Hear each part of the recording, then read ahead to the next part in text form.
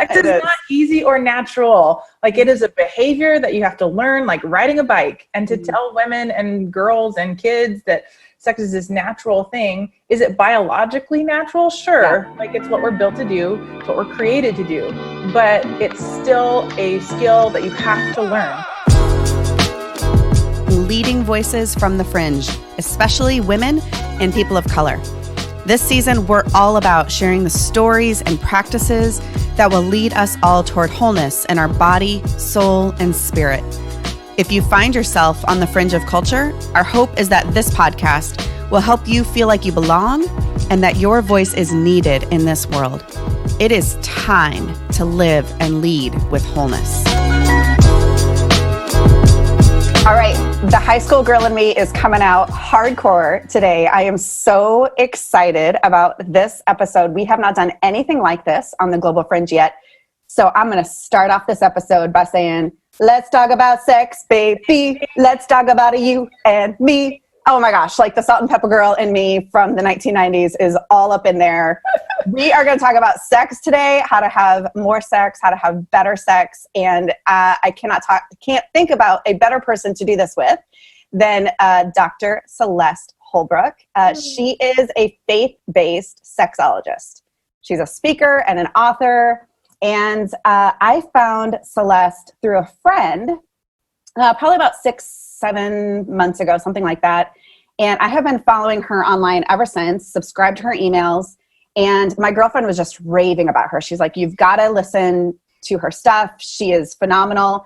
And I just love how you talk about sex. I love how you are so committed to helping women build. You talk about, okay, so this is your phrase. You teach women practical action steps for building a connective and pleasurable sex life. And you do it from a place of worth, of worthiness, of enoughness, not shame, guilt, all of that other crap. Mm-hmm. And so I just reached out blindly and I was like, hey, you don't know me. I just follow you online. But I really want to have you on the show because a lot of what we talk about in my company and even on this podcast is how do we live fully with wholeness in our body, soul, and spirit. And sexuality is like an intersection of all of those things, yet we often don't talk about that. Mm-hmm. And so how you talk about sex, what you talk about specifically around that, just feels very much in alignment with the work that we are doing. So I knew I had to have you a guest on this season. It's so core to our wholeness. And so with all of that goo-goo and salt and pepper, it's not pepper, white girl, salt and pepper. Welcome to the show, Dr. Celeste Holbrook. Thank you, April. And please call me Celeste. And that was a really lovely introduction. I don't know how I'm supposed to, we should just end right now because that was really nice. And you're like, talking about weaving sexuality and spirituality and all of the things. And thank you for having me. I'm really excited to be here. Yeah. Okay. So let's dive in because there's so much. This time is going to go by super fast, I'm afraid. So maybe we'll just make you a repeat visitor. I don't know. But okay, I'm in. You are a person of faith. I asked earlier because I don't know you in real life until now. I was like, are you a Jesus person? I know you've got a faith background. And I would love for you to just kind of start from a place of your own story and how your faith has driven you into being a faith-based sexologist. Sure. So I come from a conservative household, a conservative community of people. I grew up in the Seventh-day Adventist tradition, and definitely grew up in a community that was conservative and loving and pretty consuming because most of my town, interestingly, was Seventh-day Adventist. Huh. And I was given the message early on from my community that you waited until you were married to have sex. Very common message that a lot of us get. And my nuclear family was a little bit more, I would say, a lot more sex positive. So I got a little bit of dueling messages, but not a whole lot. But my family was saying, yeah, it's probably best that you wait until you're married, but sex is really great and awesome and it's pleasurable. So I was getting really those good messages, but my community and my church, went to a small Christian church, was definitely saying, implicitly bad things are going to happen if you have sex before you're married. Anyway, that's how I grew up. And because I'm an Enneagram 9, I want to please everybody. And so I just followed the rules. I waited until I was married to have sex, penetrative sex. I did lots and lots of fun other things, and which actually helped me later on. And then when I did have sex on my wedding day, it was really painful. And I was pretty sad at first. And then I was mad that I had waited for what I thought was, this is like my, prosperity gospel. I had done the right thing. So I was supposed to be given the pleasure and the, mind-blowing orgasms and all of that. And that was not what I had. I had a lot of pain. So I was mad for a long time and didn't know what to do. I didn't know who to talk to about this.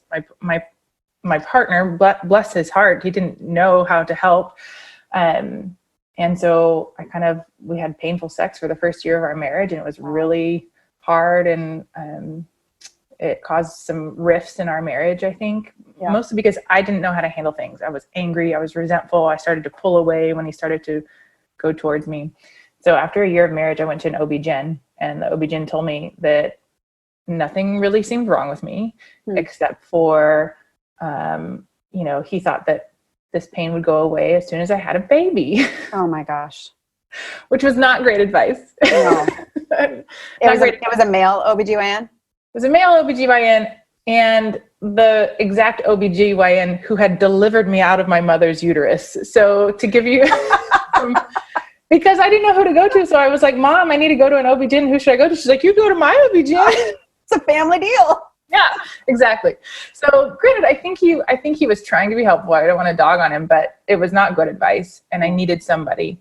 And I didn't know it at the time, but that's when my life kind of shifted, and that's when I started to become the person I am now, the person that I needed, really.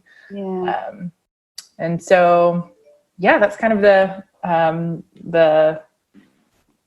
basis of my growing up years and kind of where I came from. So long story short, I fixed the pain through kind of going through a renovation process myself. And I thought, if I could do it myself, I could probably teach other people how to do it too. And then I saw this intense need for women in faith communities to have this information, because I think a lot of my pain stemmed from fear of sex and from shame around sex that I couldn't just turn off the moment that I signed a marriage certificate. Yeah. So one of the things that we talk about at Azar & Co. a lot is that your whole story matters.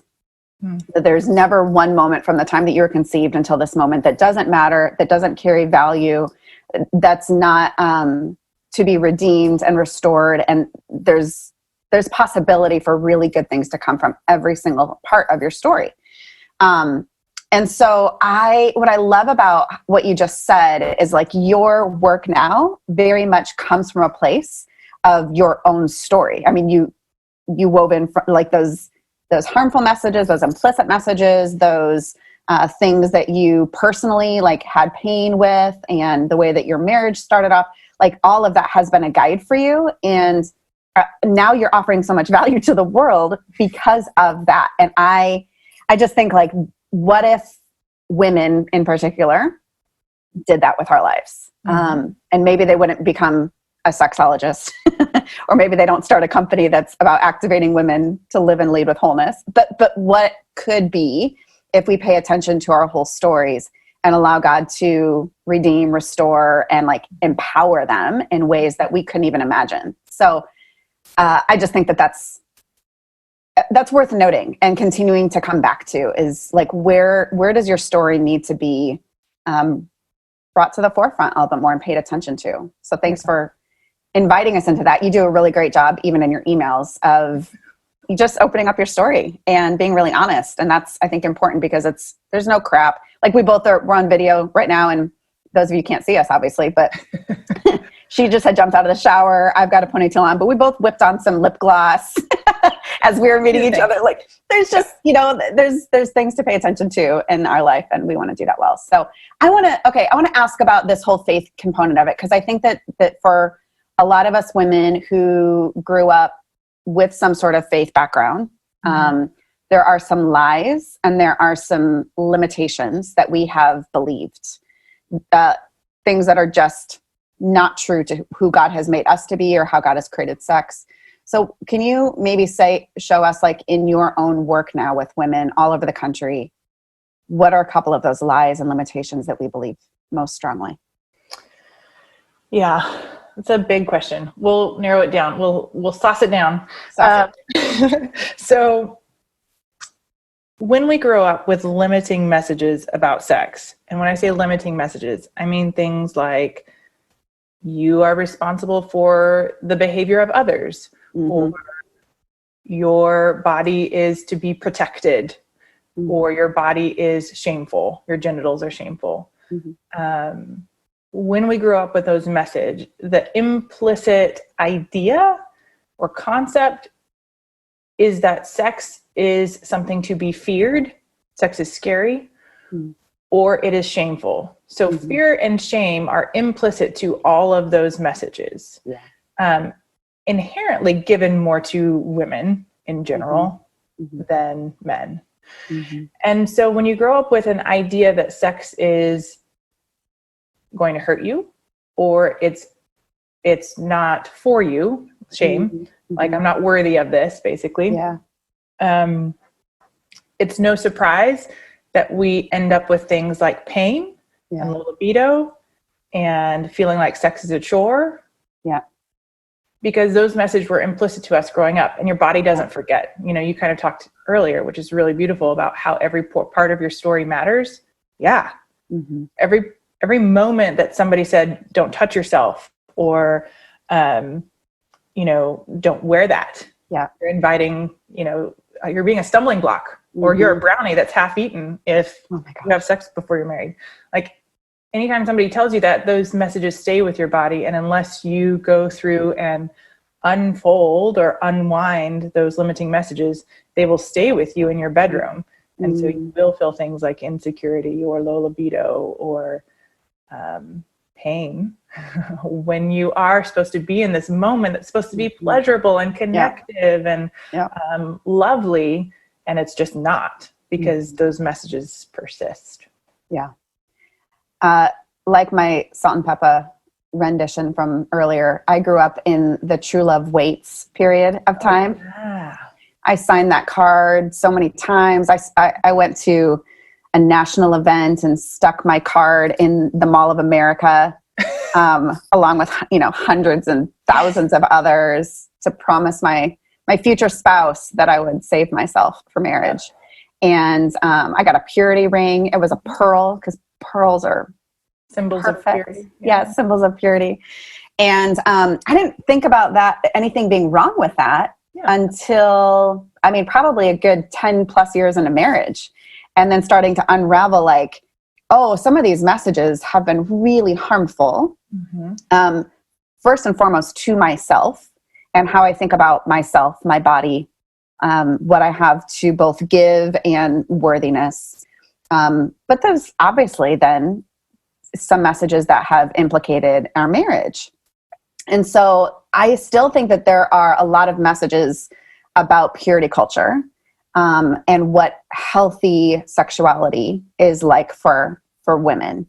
But I'm wondering if you could help to, for those that are listening and going like, yeah, I've received some of those messages, or I didn't even know what that looked like, but I grew up thinking all of these thoughts about, like, saving myself for marriage, and, you know, don't touch myself, and my body is something to be guarded and, you know, covered up, and all of those things. Why is purity the wrong approach? Okay, so right. So I want to be real definitive that abstinence, or abstinence, or like not choosing not to engage in certain types of sexual behavior can be a very empowering choice, right? I want to be really clear about that. That's great. But it can only be empowering when you have all the knowledge and you are given the opportunity to make that choice yourself, apart from oppressive institutions, #church, and oppressing power structures, shall we say. That's good. So I am all about, you want to wait to do certain, sexual behaviors until you feel ready or until you make that choice. Awesome. Make that choice for yourself and know where that choice is coming from. So purity culture hands out that message and says you will be less than if you don't. So it hands out a message that is coupled with shame and fear. Yes. And so that's the difference. Yeah. And that's what purity culture did for us. It handed out a behavioral message: do not have sex, whatever that means, until you're married. Yeah.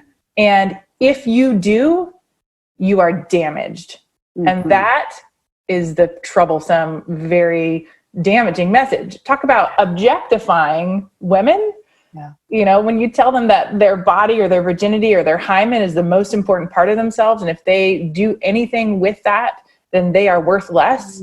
Like, that's pure objectification. And we're, as a culture, I think purity culture was trying to lead with love, and really it was leading with shame and fear. Oh, that's mic drop stuff right there, because that just goes with you for your whole life unless you do some of that work, which is the work that you're doing. So I think one of the first things that I read from you that was like, yes, I can track with this girl, is you've got 4 steps that lead towards sexual renovation. You walk women through this process, which I think is important, because sexuality is such this like big, complicated, messy, internal but external thing. Like, it's just like this giant hairball. And I think that it can feel overwhelming to be like, feel good about my sexuality, have more and better sex. Like, what the, but you lead people through a process. And I just think that's really kind, because it's not cookie cutter, but it is something that, like, there's a way through this and into a better, more open space. And so I'm wondering if you can give us kind of an overview of this sexual renovation, so that we can have more sex, better sex, more healthy sexuality. So what's the first step? Yeah. And I appreciate you bringing this up, because when I first kind of got into this work, I realized that there weren't very clear, manageable, organized ways in which to go through a healing process. Yeah. And, when you look up how to make sex better, you get things like 10 tips to make his toes squeal or whatever. I don't know. That would be Wheeling toes. That's awesome. Wheeling toes, and you get lots of information about like spicing things up and, better sex positions and all this stuff. And it's not helpful if you're still scared and feeling unworthy of sex. Right. Like, all the lingerie in the world is not going to help you feel better about your body unless you feel better about your body. So I wanted to develop a framework through which women could go through on their path that would adapt for their own journey, but still have some sort of a path, so they feel like, I know what the next steps are. Yeah. So it's essentially 4 steps. The first step is awareness. So just like if you were going to go to a trainer, because you want to learn how to, have a big, heavy deadlift, right? Yep. They would, see how much you could lift now and see what your goal is. And then they would start to build steps in the middle. Yep. So awareness in your sex life looks like this: sit down, write sex is at the top of the paper, and then just data dump everything that comes to mind to describe what sex is for you right now.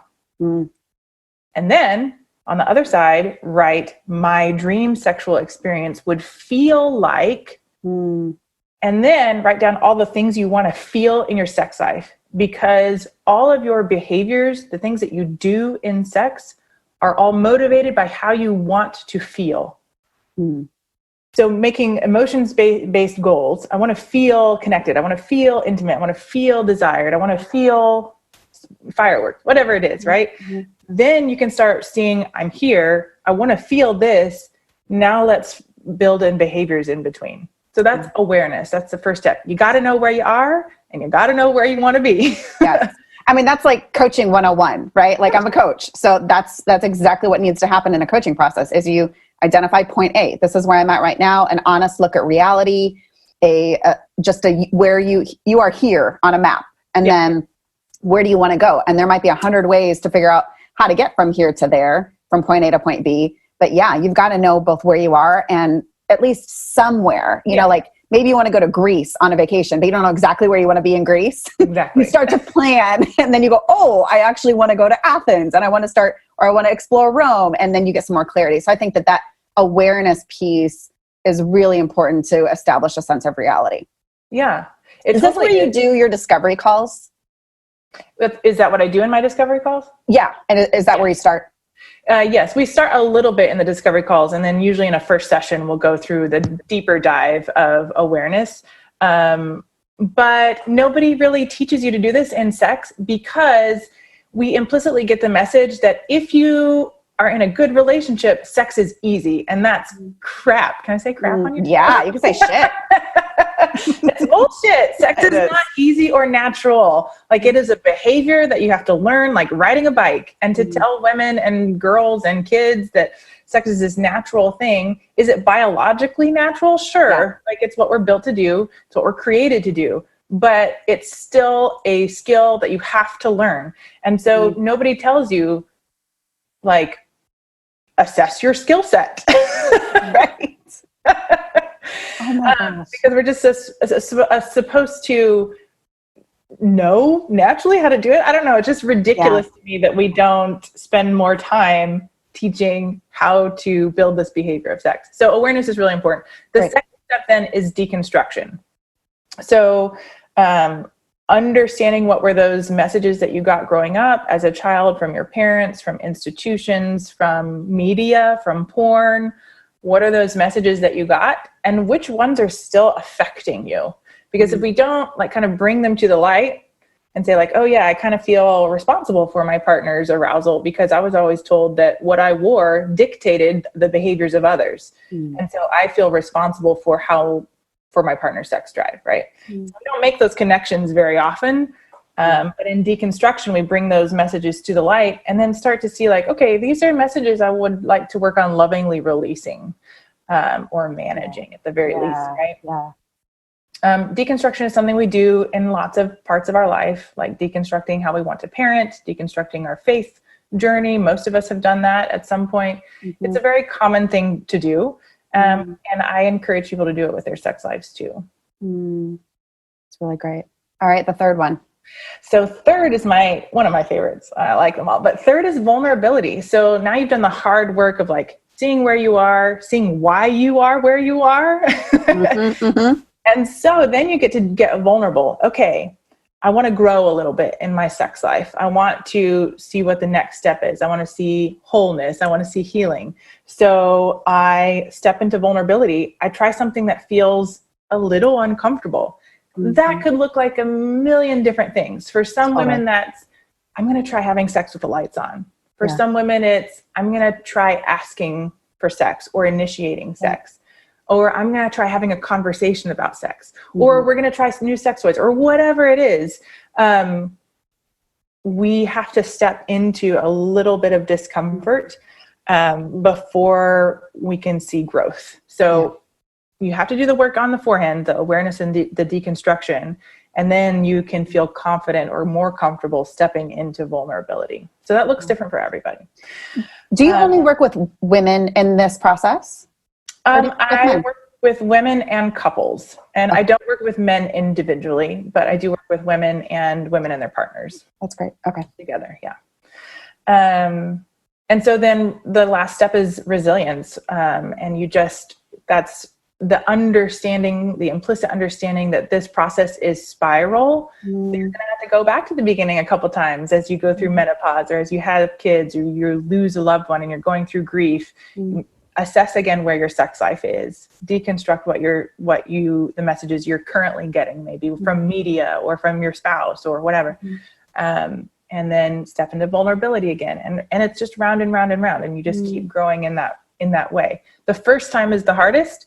And after that, you know the steps. And so you can kind of continue to go through that process.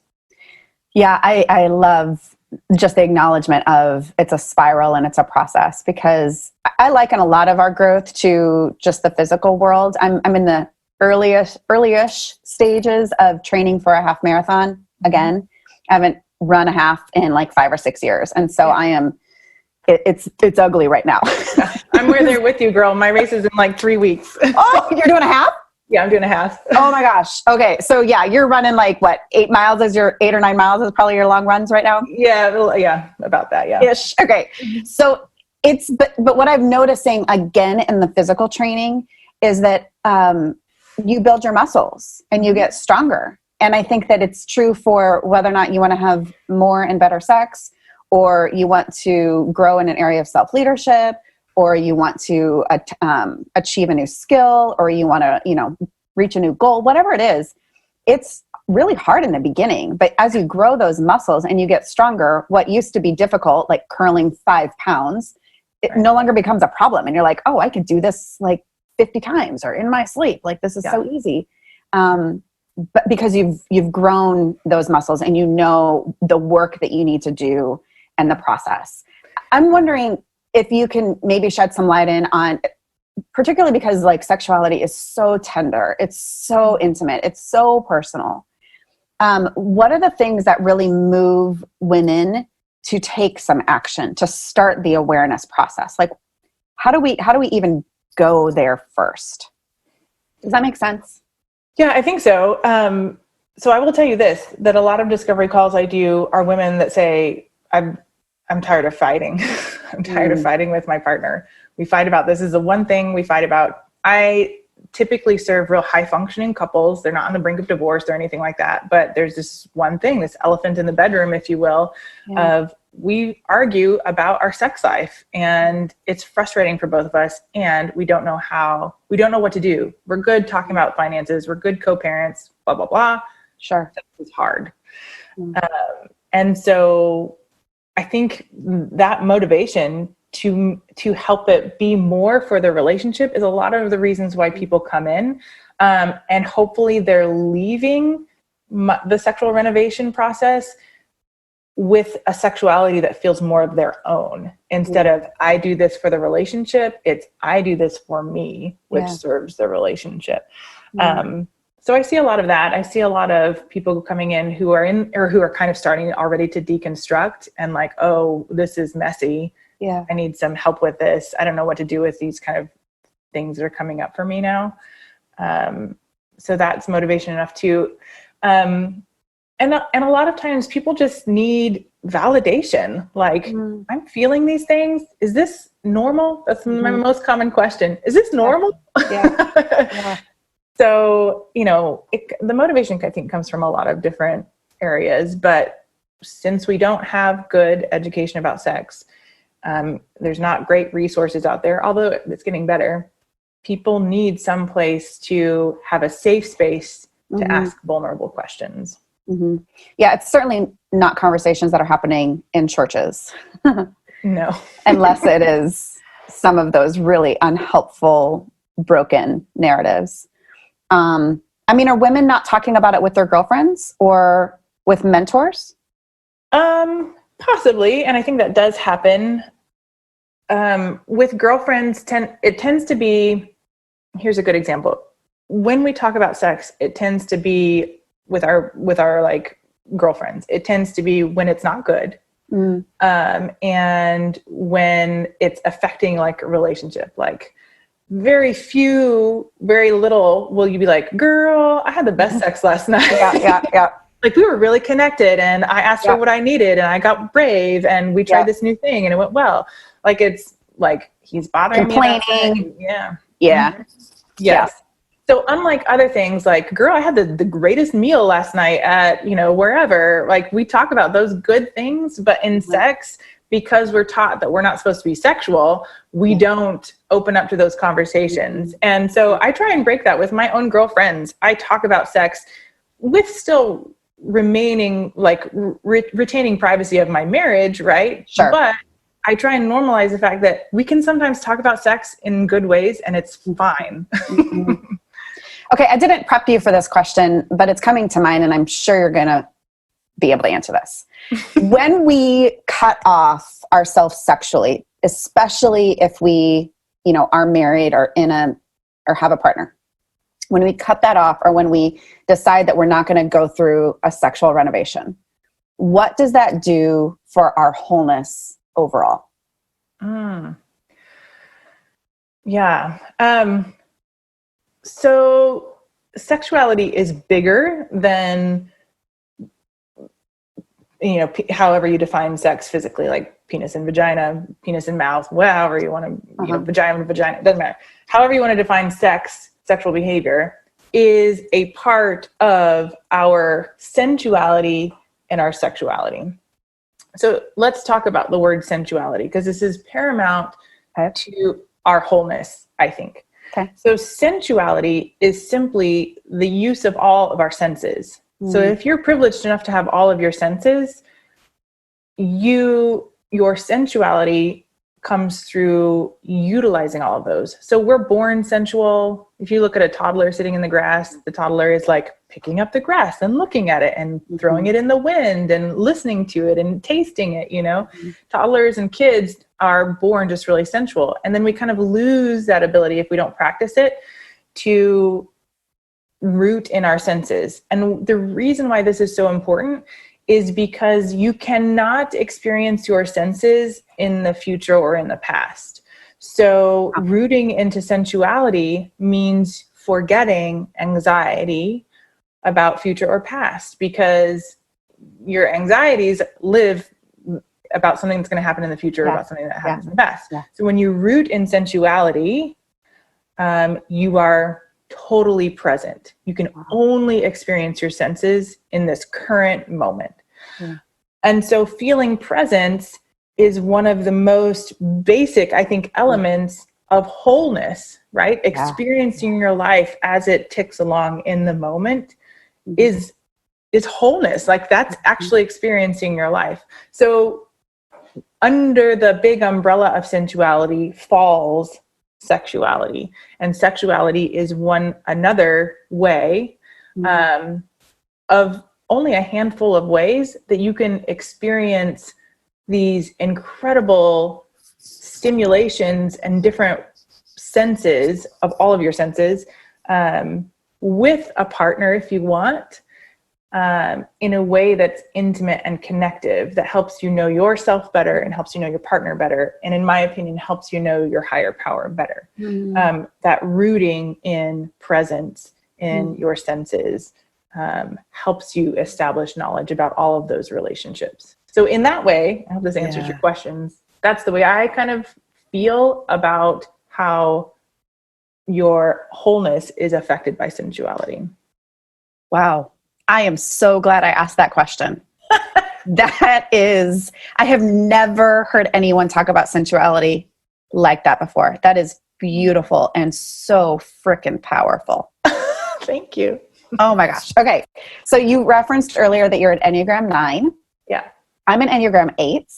Oh. And well, like, I don't know. I don't know you very well enough to know, but now I feel like I know you better. Yeah, totally. I'm an 8 with a 7 wing. That's why saying, let's talk about sex, baby, but also why I'm going to, would ask questions about masturbation and everything else that we're talking about, right? I'll go there. I'm not afraid. Good for you. So I'm wondering, you do Enneagram work within your business, within the programs and the classes and all of that stuff that you do, which I absolutely love. Again, it's holistic, it's connected, it's integrated. Yeah. I'm wondering if you can talk for a minute about how your Enneagram number, or things that you've noticed about your Enneagram number, how does that influence someone's sexuality? Yeah. So just as a caveat, I am not an Enneagram expert. I have an Enneagram coach on the team who's my business partner, who lots of times she'll come in and type a person for me. And so then it just puts on a lens that I understand, so I can understand my clients better. So I don't necessarily coach through the Enneagram, but it helps me and my client talk in a way that makes sense for both of us. Yes. So when I know a client's type, I can help her see her own sexuality in a way that makes more sense to her. Like, for example, for an 8, I would talk really differently than I would for a 5. Or my husband's a 5. I'm an 8. Hey, there you go. Yeah, interesting. So it affects the way maybe you see sex and then the way that he sees sex. So just like as an example, yes, I don't type everybody. Not everybody gets typed. So I don't know everybody's Enneagram number, nor do they. But the people who are interested in getting typed or already know their type, this is kind of where I'm speaking from. Okay, so one of the things that I see in the practice is anorgasmia, which is somebody who's never had an orgasm or only a few times maybe and doesn't know how to get there herself. I would say 80% of my anorgasmic clients are Enneagram 1s, because the interesting thing about orgasm is that you have to have a sense of liberation to kind of get there. And for an Enneagram 1 who wants to do it the right way, like show me all the buttons to push in order to get there, it becomes really difficult for her, because it's not about a certain rhythm or pattern or anything. It's about understanding your body and letting go. Right. Releasing that control.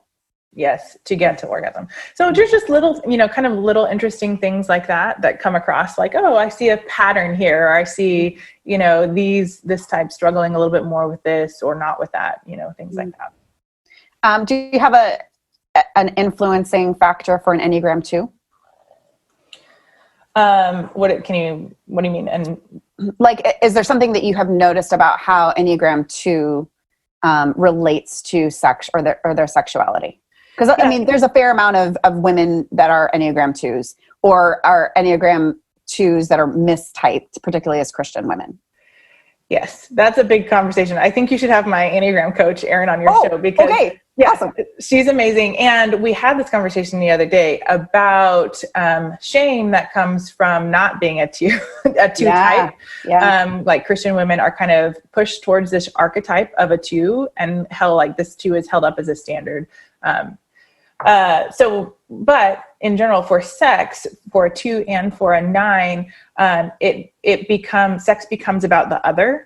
Like, I want to serve this other and whatever I get back is fine. But for her work, for my type and for type 2, it is understanding what you need out of the experience as well. And being able to use your voice to express your needs, knowing that that's what they need too. They need you to speak up as well. So that's a little bit of the work for a 2 is being able to speak up and understand your needs, because if you don't understand your needs, when your partner says, hey, baby, what do you want? It's a really intimidating question when you don't actually know what you want. And they think, oh, I'm trying to be nice and ask for what she wants. And she's thinking, God, this question is like really overwhelming. Yeah.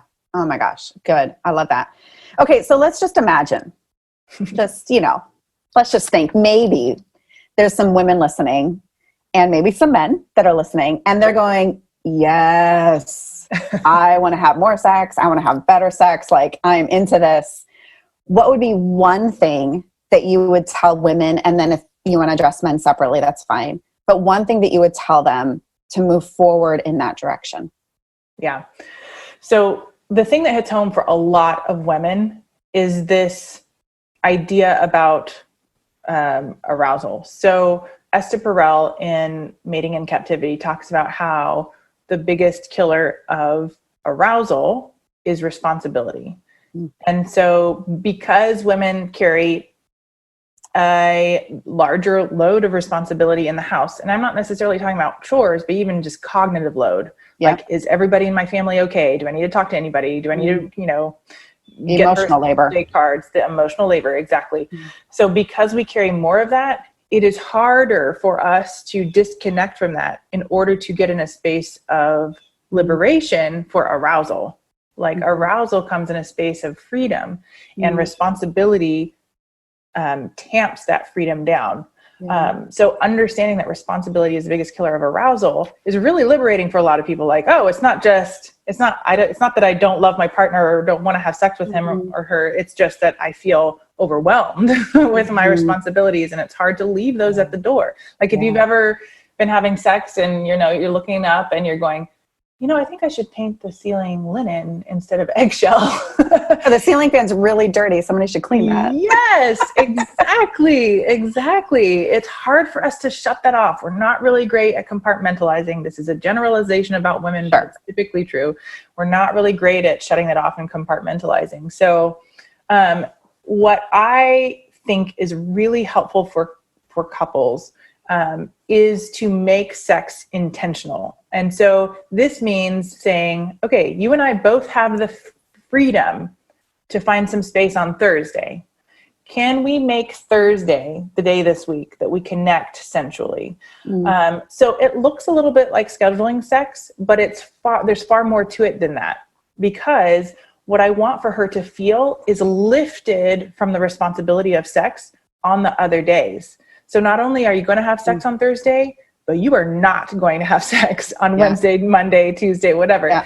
So that it frees you up to connect in other ways that feel really good and important. And, for women who come and say, I feel like I want to withdraw every time my partner touches me because I don't know, are we going to have sex or not? And I might not be in the space to have sex.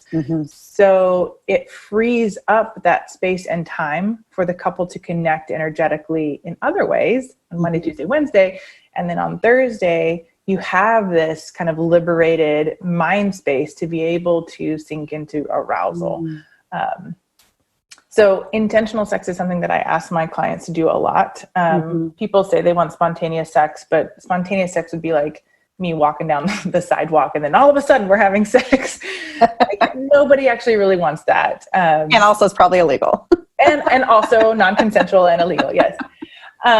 But we do want to anticipate sex, right? People talk about, I want sex like it was when we were first together. Well, when you were first together, you probably didn't have kids and like a mortgage and, all of these other responsibilities. Yes, exactly. So give yourself a break, first of all, a little compassion, and then build some intentionality into sex. When you were first together, I know you were like, oh, I'm going to go have this date on Thursday. And so I'm going to shave my legs, Right. Yeah. Like we were intentional about sex in the beginning. It just didn't feel that way because you didn't have a whole other stuff going on. So if you want sex like it was at the beginning, like build some intentionality around it, like it was in the beginning. Yeah. I think that's really good because I think that women are also really intentional about a lot of things that don't benefit them, like that doesn't feed them, because there's so much of an other-centeredness, which can be beautiful until you're empty or until you're just half full, which is half empty as well. So I think that like that intentionality piece, like some of the work that I do with women is around like you are, first of all, you're worth it. So let's start from a place of worthiness and let's start from a place of like beauty in the design of who you've been created to be. But also like, you know how to do this. You're intentional to make sure that your kids have Valentine's Day cards on Friday when they show up to school. You're intentional to make sure that they have breakfast in the morning. You're intentional to make sure that you've got the right outfit to wear to work. You're intentional that you're not forgetting your mom's birthday. There's all sorts of things that we are intentional about. And we can be intentional in this area. So I think if we can have some mindset shifts, which is a lot of the work that you do as well, if we can shift the way that we're thinking about some of these things, we go, oh yeah, I do know how to do this. I can apply what I know there into this area as well. And then like, no pun intended, there's a lubricated ramp there. Yes, exactly. It sets you up for success. And I just want to add too, that even intentional sex or making it intentional is not going to work for you until you feel like you're worthy of the sex, until the sex feels worth it for you. So that's the first work that we do, is the deconstruction and the understanding and the vulnerability. So you do that work to make sex, this is important to me. Like, do that work first and then start to build in the intentionality. Yeah, that's awesome. Okay. This is fantastic. You've got a lot of stuff that you do for women and couples outside of, being a guest on a podcast. So can you just tell people real quick, like where can they find you online? What resources do you have available or that you'd recommend that we can link to the show notes, so that folks who are going, yes, I'm into this, can go deeper? Yeah. Well, yeah. Thank you for having me on. And it's just really, really such a good subject to talk about on a podcast, because people can just listen in their little earbuds and they don't have to, no one has to know what you're read a book on a bus about sex. So yeah, thank you. Yeah. So you can find me at drcelesteholbrook.com. That's just drcelesteholbrook.com. And on my website, there's a space where you can go sign up for a complimentary 30-minute discovery call. If you just want to get on the phone and I can see how I might be able to help you or point you in the right direction of resources. There's also a button where you can sign up for 20 sex enhancing questions, which is a great platform to kind of start a conversation about making sex better with your partner. So those sex questions are really helpful. You can sign up for those. Or you can join my Facebook group. I have a private Facebook group called the Circle of Sensual Women. My mission in life is to provide safe spaces for people to talk about sex. So this is one of the ways, an easy way that we can do that is to provide safe spaces in Facebook to have hard conversation. And so we have a whole big group of women there that are there to just like support you and to cheer you on and give suggestions. And of course, I'm in the group moderating as well and giving some videos and things that I don't do anywhere else. So those are 3 ways in which you can get involved. I also do online consulting. So that would look like me and you on a Zoom room call. And we would, go through this process of sexual renovation. And then there's also a course called Elevate that takes you through the process too, which is more of like a passive way for you to kind of get the information and do some sexual growth without necessarily, having to be in front of a person, talking and being vulnerable in that way. So those are all the little things and options. we will link all of that because I think that for anybody who's listening who has like a little bit of like a prompt or like I want more of this. There's ways that will lead you that are non-threatening, safe, non-invasive, but can still move you forward, and you'll get more brave and you can ask more questions and ask for help and all of those things that are important for us to actually move towards wholeness. So thank you for all of that. Absolutely. Okay, we're going to wrap this baby up, and I'm asking every guest 3 questions at the end of every episode because they tie into what we're all about at Azer & Co., which is wholeness in body, mind, and spirit in your life and leadership, and about how do we partner better with men. So 3 questions, 60 seconds or less. Are you ready? I'm ready. Okay. All right. Number 1, how can women be activated toward wholeness in their life and leadership? And a caveat, I'll say, it could be about sex. It could be about whatever else too. Just okay. You don't have to be limited here. Be you. Well, I'm pretty much always about sex. So I route every conversation back to sex because we need to talk more about sex. So, so women can be activated toward wholeness in their life and their leadership. In my opinion, it goes back to one of the ways goes back to that sensuality piece, rooting into what your body is actually feeling in this moment. Like right now, if we rooted in sensuality, you and me, April, my butt would be, I'd be feeling my butt in the chair. I am smelling this essential oil, eucalyptus, that I'm, diffusing right now. And I'm seeing it rain outside. I'm hearing your voice. I'm hearing my voice, and I'm tasting cinnamon raisin toast. So it's like easy peasy way to like reduce anxiety and overwhelm and root in the right now. Done. That's my answer for that one. That's amazing.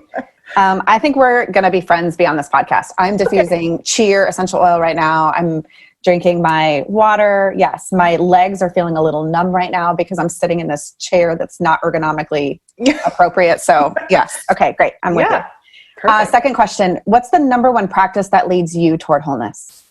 For me, it's 100% self-compassion. End of story right there. Like being compassionate with yourself about all the things all the time. For me, it's the one thing that leads me towards wholeness. I love that. Last question. How can men use their privilege to partner better with women? Listen. You can listen better. Understand what listening means. It's not just nodding your head. Listening with intention. Yeah, that's awesome. Well, Dr. Holbrook, it has been an honor, a privilege. You are all that I thought you would be and more, which is fantastic because as an 8, I tend to have high expectations for all the things in life. And I want to just hit home runs all the time, literally, sexually, all of it, right? All the time. Excellent. I like it. So thank you. I was praying from the moment you said yes until we hopped on, maybe even through this call at different points, that those who would listen would be not just inspired, not just to have more awareness, but that it would actually lead towards some practical, specific action steps, and that there would be growth and there would be healing. And so I'm just hoping and praying and believe that thousands and thousands and thousands of people will benefit from the words that you shared today. So thank you. I bless you with your work. May it multiply exponentially in 2020, because God knows we need the work that you're doing. So thank you so much. Thank you so much, April. It's been an absolute pleasure. Thanks for listening today, friends. You can listen to previous episodes on our website, azerandco.com/podcast. If you're finding value, please become a patron with the link in the show notes. It costs real dollars and loads of time to produce this podcast, and your dollars make it possible for us to keep doing this work. If you're not already, take a second to subscribe so you won't miss a thing. It also means a ton when you tap your screen to rate, review, and share this podcast with others. All of that allows us to continue sharing voices from the fringe for the betterment of our world. Peace. Hey friends, do you love podcasts like the one you just listened to? Have you ever dreamed about having your own? Well, my name is Michael and I work for Truthwork Media. We believe that everyone has a story and every story deserves a podcast. Let us help you get started. Look us up at www.truthworkmedia.com, fill out our questionnaire, and I'll schedule a time to talk. It's really that easy. Truthwork Media. Everyone has a story. Yours needs a podcast.